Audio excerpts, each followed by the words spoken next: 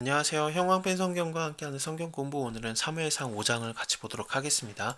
저번 시간에 블레셋과 이스라엘이 전쟁을 했는데 이스라엘이 졌어요. 그래서 3만 명 가량이 죽게 되고요. 이게 넘게 죽게 되는 겁니다. 왜냐하면 처음에 4천 명이 먼저 죽었었거든요. 여기 보시면은 이스라엘 사람들이 4천 명 가량이 죽었었고 또 3만 명이 죽었으니까 3만 4천 명이 죽은 거죠. 그리고 하나님의 개도 빼앗겼고 엘리의 두 아들 홈리랑 비나스도 죽임을 당했습니다.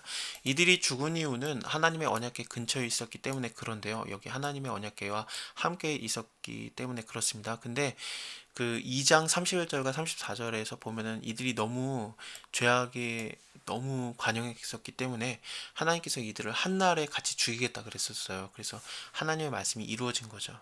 근데 가장 중요한 거는 하나님의 언약궤가 빼앗겼다는 거고, 이 말을 들었을 때 엘리가 자기 의자에서 자빠져서 죽어서 목이 부러져서 죽게 됩니다. 왜냐하면 나이가 많고 비둔한 연고라 이렇게 나오게 되는데, 어쨌든 그는 이스라엘의 사사였어요. 이스라엘의 가장 대표자라고 할 수 있는 사사도 죽었고, 그의 뒤를 이어야 될 만한 홈리랑 비나스도 죽었고, 그리고 3만 4천 명이 죽었고, 그리고 또 하나님의 언약궤가 뺏긴 겁니다. 그래서 너무너무 완패를 하게 돼요. 그 다음에 얘기가 5장인데, 하나님의 언약궤가 함께 있었음에도 불구하고 이스라엘이 졌다는 게 하나님의 언약궤가 힘이 없는가, 그렇게 오해를 할까봐인지 모르겠지만 5장이 바로 이렇게 나오면서 그게 아니다 라고 나오는 거죠. 이스라엘 사람들이 필요도 없고 하나님의 언약궤 하나만으로도 블레셋 나라가 거의 멸망을 당하게 되는 게 5장이 나오게 되는 겁니다. 같이 보도록 할게요. 블레셋 사람이 하나님의 궤를 빼앗아 가지고 에베넷에 그 이스라엘 사람들이 진쳤던 곳입니다. 거기서부터 아스돗에 이르게 됩니다. 아스돗은 그 블레셋의 거의 수도격이라고 볼 수 있습니다. 거기로 가져오게 되는데요.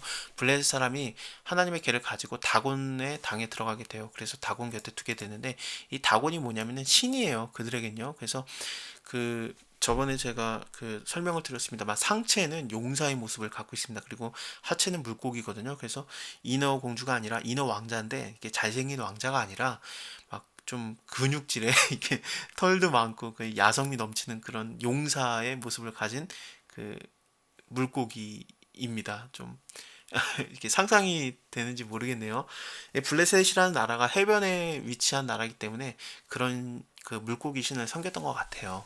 어쨌든 그 신당에다가, 그 다곤 신당에다가 이제 하나님의 언약궤를 뒀는데, 아스도 사람이 이튿날에 일찍 일어나서 봤더니 다곤이 여호와의 궤 앞에 엎드러져서 그 얼굴을 땅에 닿고 있는 거예요. 마치 좀 절을 하는 모습이 아닌가, 그렇게 많은 사람들이 생각을 하고 있습니다. 어쨌든 이렇게 땅에 얼굴을 대고 있었습니다. 그리고 나서 이제 좀 이상했겠죠. 그래서 다곤신을 일으켜서 다시 그 자리에 세웠는데, 이튿날 아침에 다시 보니까 다곤이 여호와의 궤 앞에 엎드려져서 얼굴을 땅에 닿고 있는 거는, 이거는 그 저번하고 똑같았는데, 이번에는 머리랑 두 손목은 끊어져서 문지방에 있고 다곤의 몸뚱이만 남아있게 되는 거예요.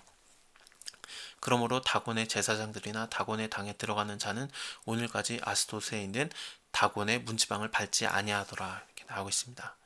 여호와의 손이 아스도 사람에게 엄중히 더하사 독종으로 재앙을 이제 내리게 하고 거의 망하게 하는 거죠. 이 독종이라는 것도 히브리어를 보니까 무슨 그 종기 같은 거로 볼 수 있습니다.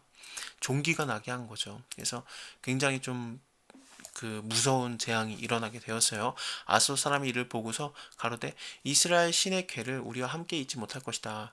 이것이 그 손이 우리와 우리 신 다곤을 친다 해서 이제 이에 보내어 블레셋 사람의 모든 방백을 모고 가로되 우리가 이스라엘 신의 궤를 어찌할꼬. 그들이 대답하되 이스라엘 신의 궤를 가드로 옮겨라.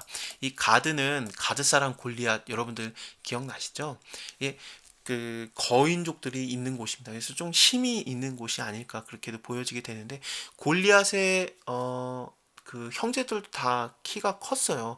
나중에 다윗 시대를 보면서 제가 다루겠습니다만, 어쨌든 그렇습니다. 가드의 또 유명한 사람이 누구냐면은 오베네돔이 있습니다. 그 다윗이 언약궤를 갖고 나갈 때 그 사무엘상 지금 5장이잖아요. 사무엘 하 6장을 보게 되면은 그 다윗이 하나님의 언약궤를 예루살렘으로 옮기려고 하거든요. 근데 그때 우사가 죽게 되고, 그래서 두려워서 가드 사람 오베네돔의 집에 듣게 되는데, 그 사람도 가드 사람이었습니다. 어쨌든 가드로 옮기게 되었습니다.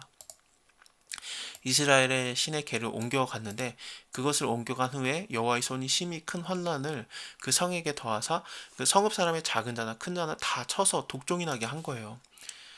이에 그들이 하나님의 궤를 에그론으로 보내게 됩니다. 하나님의 궤가 에그론에 이르게 되니까 막 에그론 사람들이 부르짖어서 안돼 막 그러는 거죠. 그래서 이스라엘의 신의 궤를 우리에게로 가져다가 우리와 우리의 백성을 죽이려 한다 하고 이에 보내어 블레셋의 모든 방백을 모으고 가로되 이스라엘 신의 궤를 보내어서 원래대로 돌아가게 하자 그렇게 된 거죠. 우리와 우리 백성의 죽임을 명쾌하자 하니 이는 온 성이 사망의 환란을 당함이라. 거기서 하나님의 손이 엄중하심으로 죽지 아니한 사람은 독종으로 치심을 받아 성읍에 부르짖음이 하늘에 사무쳤더라.